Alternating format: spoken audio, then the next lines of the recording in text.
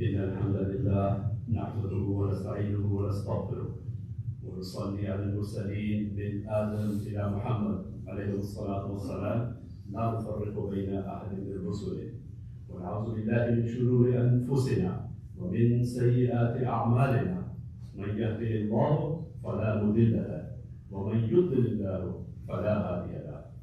All praise belongs to Allah subhanahu wa ta'ala.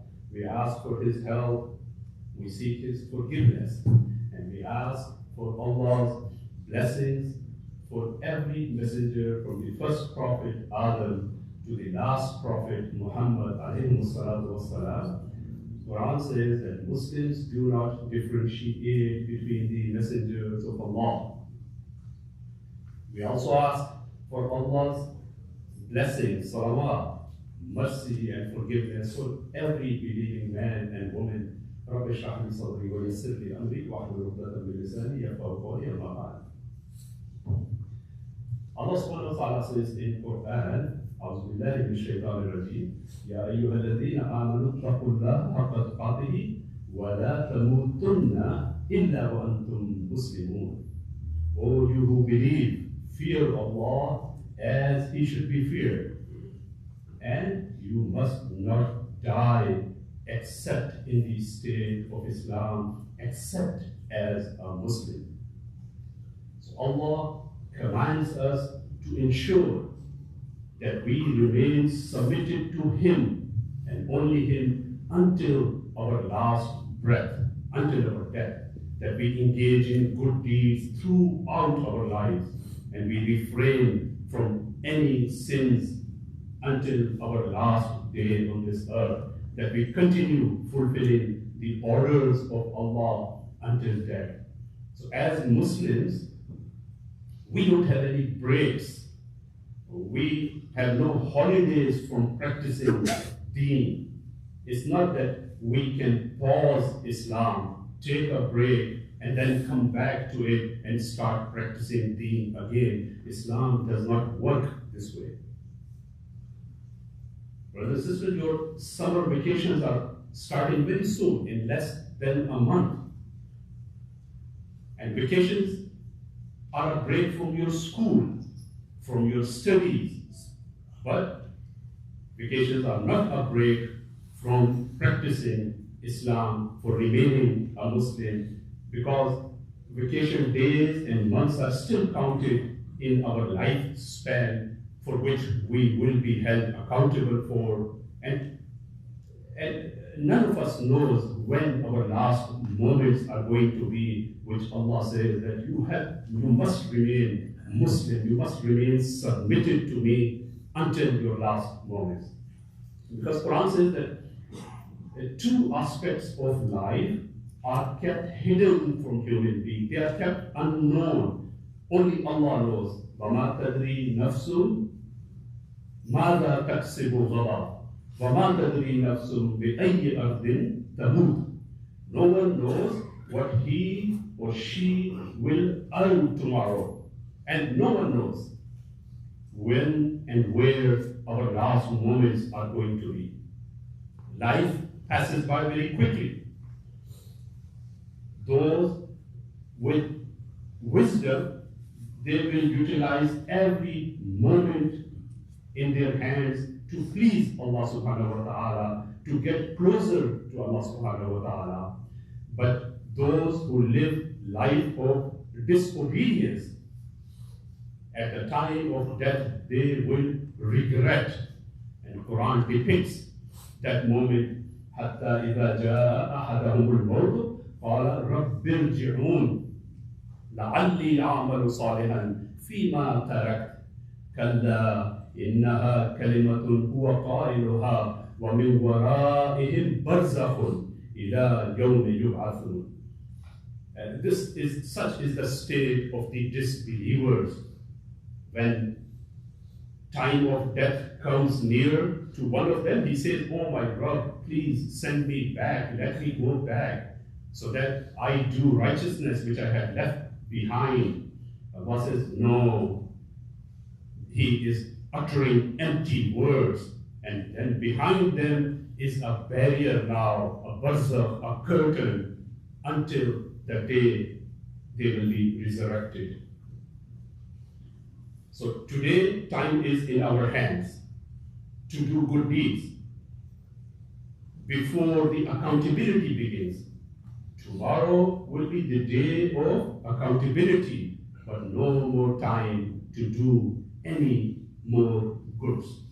And how regretful would it be if there is any negligence, any heedlessness during our vacations or during our travels as well. Because this is not the characteristic of a wise Muslim. Vacation is an opportunity for us to strengthen our ties with Allah subhanahu wa ta'ala and to strengthen our bonds with our family members, our parents, our siblings. Best vacations are when both the responsibilities of deen and responsibilities of dunya are catered to.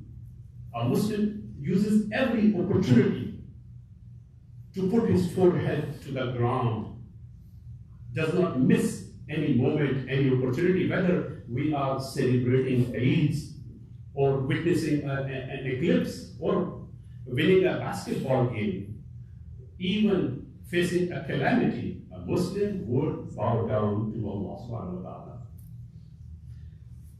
Brothers and sisters, once you pack your bags and leave your homes, the rules for travel kick in.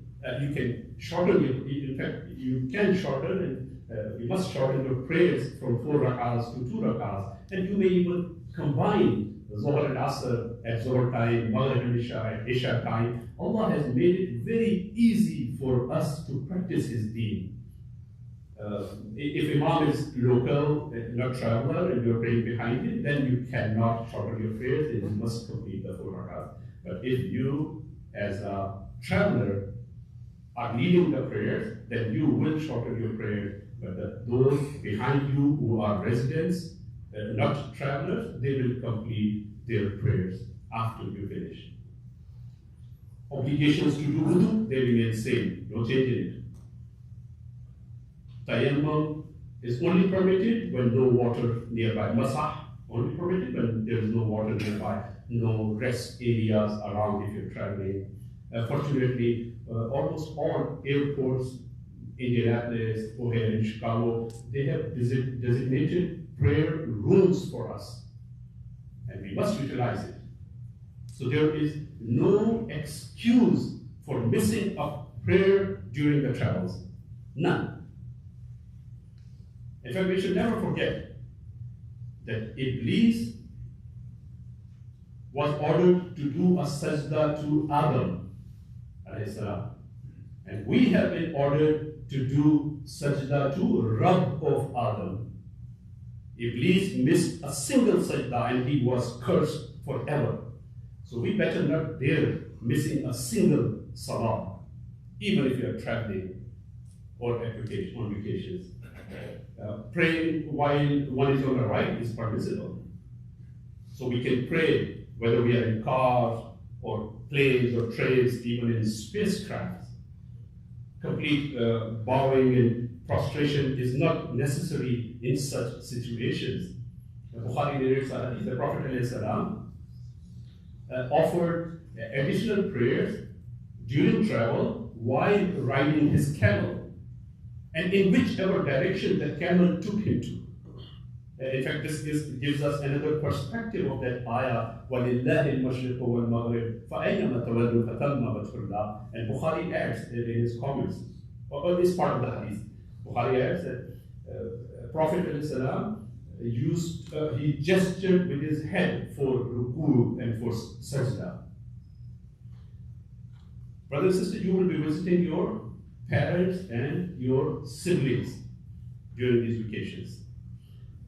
Never forget, Quran orders to respect your parents alongside with obedience of Allah. This is very important.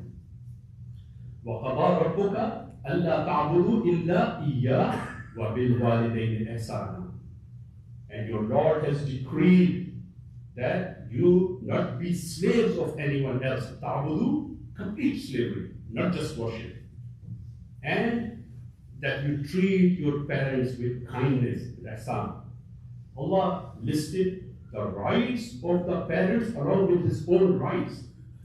And then Quran says, وَإِمَّا يَبْلُغَنَّ عِنْدَكَ الْكِبَرَ أَحَدُهُمَا أَوْ كِلَاهُمَا فَلَا تَقُلْ لَهُمَا أُفٍّ وَلَا تَنْهَرْهُمَا وَقُلْ لَهُمَا قَوْلًا كَرِيمًا. And if one or both of the parents, they reach older age, they become elderly, then never even say uff to them. Never even utter a word of harshness with them, and speak with them gently, politely, kindly. And then Allah says, وَاخْفِضْ لَهُمَا جَنَاحَ الذُّلِّ مِنَ الرَّحْمَةِ وَقُلْ, beautiful dua, وَقُلْ رَبِّ ارْحَمْهُمَا كَمَا رَبَّيَانِي صَغِيرًا. And extend your mercy, your kindness, look after them with love and kindness, and make this dua for them. Oh my Rabb, have mercy on my parents as they nurtured me when I was small, I was an infant. And notice again, Allah has used the term Rabb for himself and for the parents in a bit different context, but the same term is used for the parents here in this ayah. And Quran says, وَوَصَّيْنَا الْإِنسَانَ بِوَالِدَيْهِ حَمَلَتْهُ أُمُّهُ وَهْنًا عَلَى وَهْنٍ وَفِصَالُهُ فِي عَامَيْنِ أَنِ اشْكُرْ لِي وَلِوَالِدَيْكَ إِلَيَّ الْمَصِيرُ. Again, very interesting ayah. Allah orders us to be dutiful to the parents, saying that your mother carried you with all her weaknesses, all the hardships, and nursed you for 2 whole years. And then Allah says, be grateful to me, to Allah, and be grateful to your parents. I doubt you will find any other example in Quran where Allah has emphasized on thanking someone along with thanking himself. It's only for parents. For example, Allah did not order us to thank Prophet Musa alayhi salam for saving Bani Israel from Fir'aun, or to thank Prophet Isa alayhi salam for enduring all the persecution through the same Bani Israel which Prophet Musa alayhi salam saved. Or Allah did not say, we must thank Jibreel for bringing Quran to the last prophet, or something like this. So this is very unique combination, very unique ayah. But if you think about it, why did Allah ask us to thank your parents along with thanking Allah subhanahu wa ta'ala? One reason could be, and there could be many other reasons, it could be the procreation among humans. Allah is Al-Khaliq, the creator. Right? He could have easily created each one of us without a mother, without a father, just like he created Prophet Adam alayhi salam. But he decided to delegate the powers of reproduction to humans for a reason, with a good wisdom behind it. Because parents nurture their children for 16 to 20 years, sacrificing their own comforts. And no other species in this planet can endure or sacrifice for their offsprings for this many years, for this long. None. Some are for a few days, some birds, some animals. Maximum you'll find maybe a couple of years, 2 years or so. But almost 18 years on average, this is huge sacrifice by the parents for their own children. And that could be one reason why Quran says to thank Allah and be grateful to your parents. But Quran does not stop it. After it grouped respecting parents with obedience of Allah, thanking parents with thanking of Allah. When Quran talks about spending in the path of Allah, it lists parents as the first beneficiary. Orphans, poor, needy, they come later. يَسْأَلُونَكَ مَاذَا يُنْفِقُونَ. قل ما أنفقتم من خير فللوالدين والأقربين واليتامى والمساكين وابن السبيل. Taking care of parents, spending on them when they are in need is not an option. It becomes our prime responsibility. It's an order of Allah. It's an obligation. It's not an ihsan from us to our parents. No, not at all. And also note, this ayah is not only for the sons to take care of the parents, because some parents may not have any sons. They might have only daughters. This is for all the children. One may ask, is there a red line while obeying your parents? Answer is yes. وَإِنْ جَاهَدَاكَ عَلَىٰ أَن تُشْرِكَ بِي مَا لَيْسَ لَكَ بِهِ عِلْمٌ فَلَا تُطِعْهُمَا وَصَاحِبْهُمَا فِي الدُّنْيَا مَعْرُوفًا. So the lines are drawn at Tawheed. If parents persuade you for an act of shirk, then we are not to obey them. Again, Allah did not permit us, Allah did not allow us to use this excuse, despite 180 degrees difference in the aqidah, could be with the parents, but Allah did not permit us to use this excuse as an excuse and cut our ties with the parents. Allah says, وَصَاحِبْهُمَا فِي الدُّنْيَا مَعْرُوفًا. Treat with them, deal with them gently in this dunya, in this world. So these commandments are more important than in this part of the world, because we have new Muslims among us.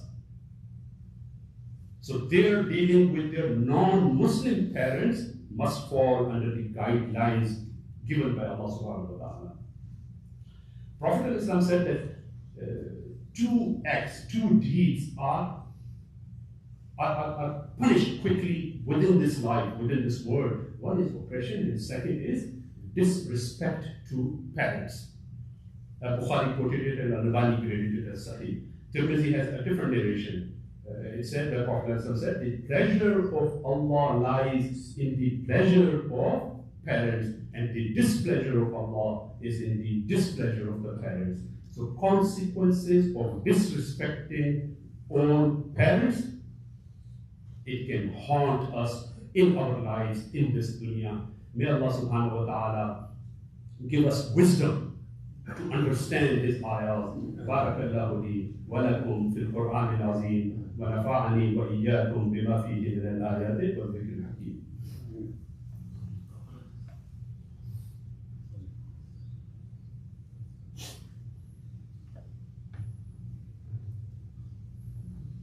Alhamdulillah. Brothers and sisters, vacations are a good opportunity to remind ourselves of Allah's blessings on us and on our parents. We enjoy the safety and security of this part of the world, while some are less fortunate, like those in Gaza. Could you please move forward and give some room to the people in the back? Thank you. So some in the Ummah, they are living in turmoil. So let us adapt ourselves or our desires, cut down our desires to which pleases Allah subhanahu wa ta'ala. Let us cut down our extra spending for a while, for now at least, and whatever is saved, donate it to those who are suffering in Gaza and even elsewhere. And especially if you have some in your own family, relatives, support them. Cut down your expenses. We don't have to buy new clothes every 6 months or 3 months. Youth are an important part of every community, especially ours. And this is, our communities comprise mostly of young people and young students. The good thing is youth are full of energy, and you may not agree, but they have plenty of free time as well in their hands. So wasting time in vain during summer vacations or otherwise, it could be a betrayal to our oath with Allah subhanahu wa ta'ala. Bukhari quoted a hadith which covers both these aspects. That the Prophet ﷺ said that many people they squander, they misuse two blessings of Allah. One is their health, which means their energies, their potential, their capabilities, and second is their time. So use your vacations to study Quran, not just recite it. And if you already have know enough, not complete, start teaching as well to others who are trying to learn Quran. Both these go hand in hand, and there is no ending ever. The best of the best scholars are still a students of Deen. Or volunteer at some non-profits, or for example, some food banks in your area. Because every night is our life is decreased by a day in this world. So if our good deeds are not increased each day, then we are losing the race towards Jannah, towards heaven. A famous philosopher, Sadi, he writes in his poetry, he said, Dar Javani Tawbah Kardan Shewaye Behambari. That the best tawbah or the keeping away from sins, from any immoral acts, during your prime age, during your youth, is the sunnah of the prophets. At the end of the life, when people get old, yes, everybody, it's very easy to become pious and do everything. But during the youth age, which you are going through now, staying away from distractions, I would say, it is very difficult. So if you achieve that one, this is, according to Sadi, it's like a sunnah of the prophets. Having righteous friends is of utmost importance. Make friendships with those who support you for doing good, friends who keep you away from doing ugly. In fact, parents' role is also very important here. Allah subhanahu wa ta'ala says, Ya ayyuhalladhina amanu, qu anfusakum wa ahlikum nara. O you who believe, protect yourselves and your families, your children from the hellfire. So parents must not open any doors for their children, for their families, which makes them abandon their religious obligations, for example, missing the prayers, etc. Or any doors that would give children an opportunity to do forbidden things. They must not allow young adults to visit places which are known to have sins and immorality. In fact, parents are to keep their children away from such video games or animated movies which contain profanity, which contain immoral acts. So we must not underestimate any order of Allah subhanahu wa ta'ala, no matter how small it may appear. Because consequences of not obeying Allah or disobeying Allah could be very severe. We must make this dua for our parents. In fact, in every prayer, at the end of the prayer, make this dua, رَبَّنَا اغْفِرْ لِي وَلِوَالِدَيَّ وَلِلْمُؤْمِنِينَ يَوْمَ يَقُومُ الْحِسَابِ. And this is the dua of Prophet Ibrahim as given in the Quran.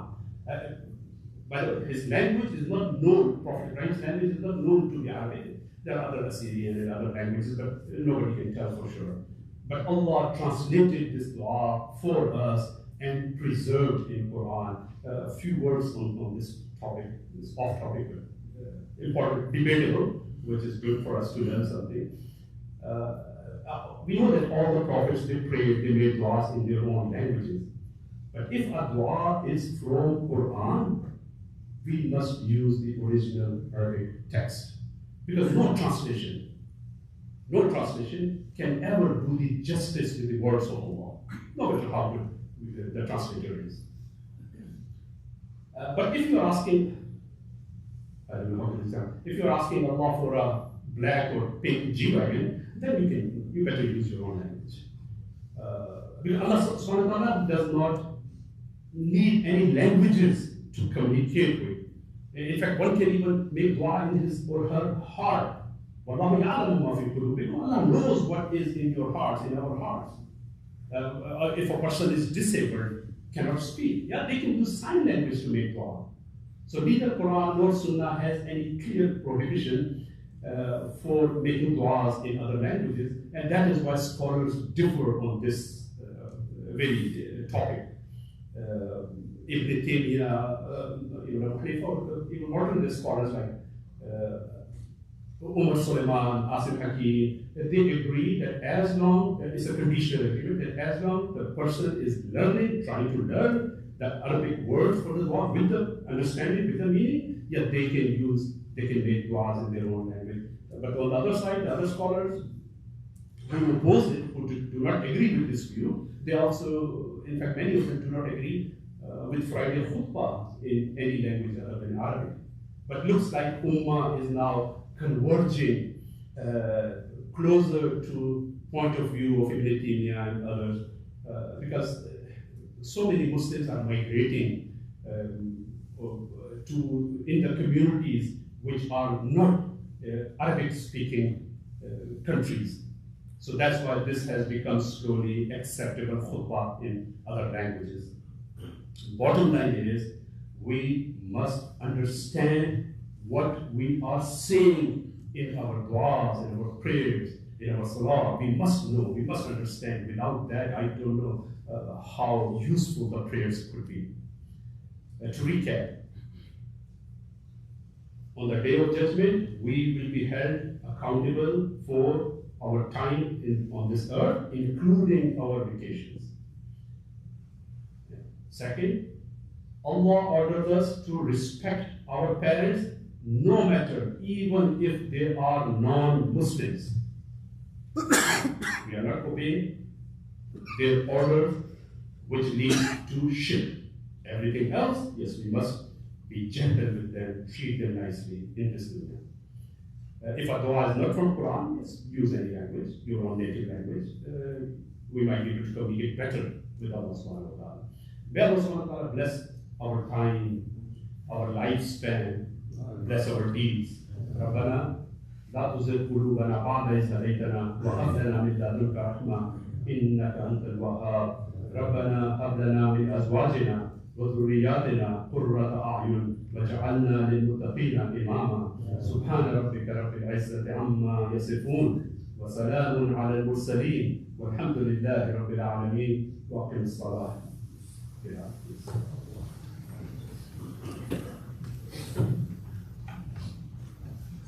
الله أكبر الله أكبر أشهد أن لا إله إلا الله أشهد أن محمدا رسول الله حي على الصلاة حي على الفلاح قد قامت الصلاة قد قامت الصلاة الله أكبر الله أكبر لا إله إلا الله.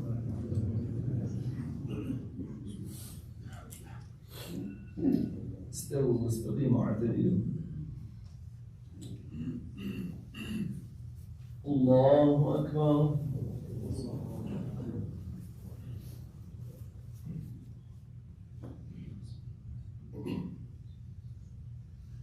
الحمد لله رب العالمين الرحمن الرحيم مالك يوم الدين إياك نعبد وإياك نستعين اهدنا الصراط المستقيم صراط الذين أنعمت عليهم غير المغضوب عليهم ولا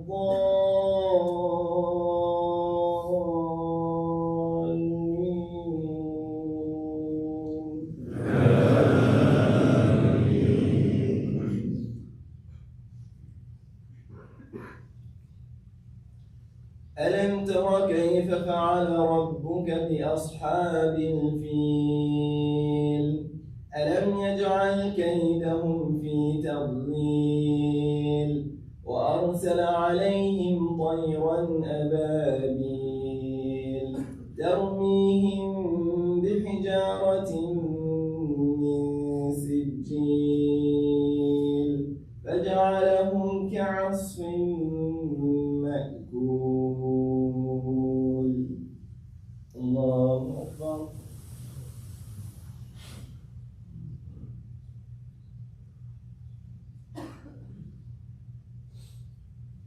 سمع الله لمن حمده. الله أكبر.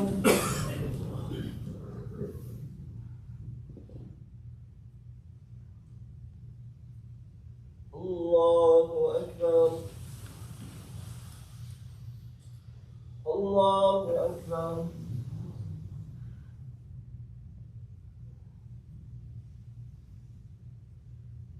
الله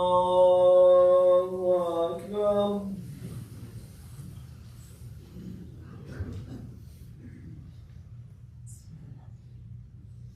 الحمد لله رب العالمين الرحمن الرحيم مالك يوم الدين إياك نعبد وإياك نستعين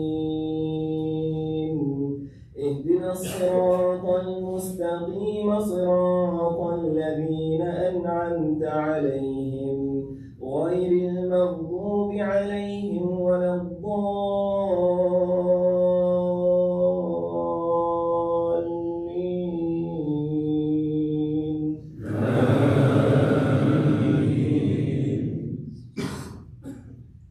لإيلاف قريش إيلافهم رحلة الشتاء والصيف فليعبدوا رب هذا البيت الذي أطعمهم من جوع وآمنهم من خوف. الله أكبر.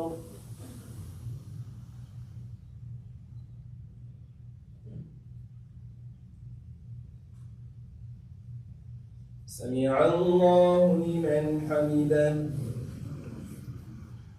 الله أكبر.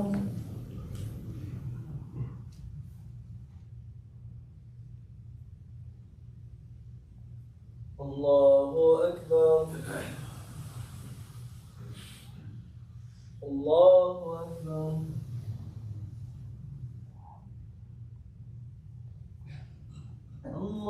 الله أكبر.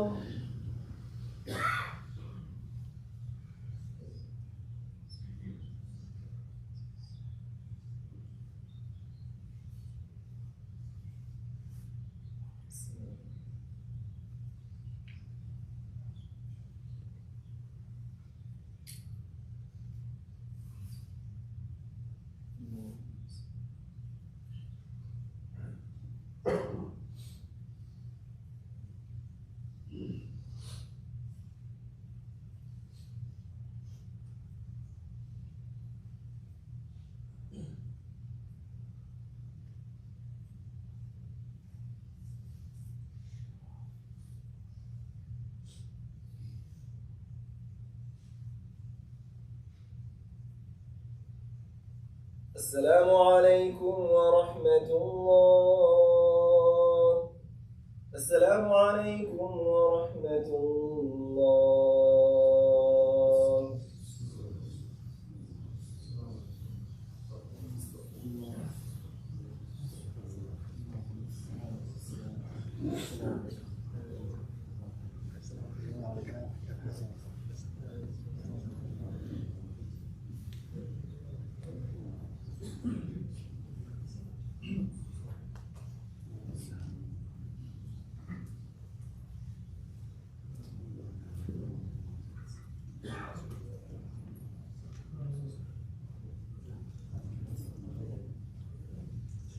السلام عليكم ورحمة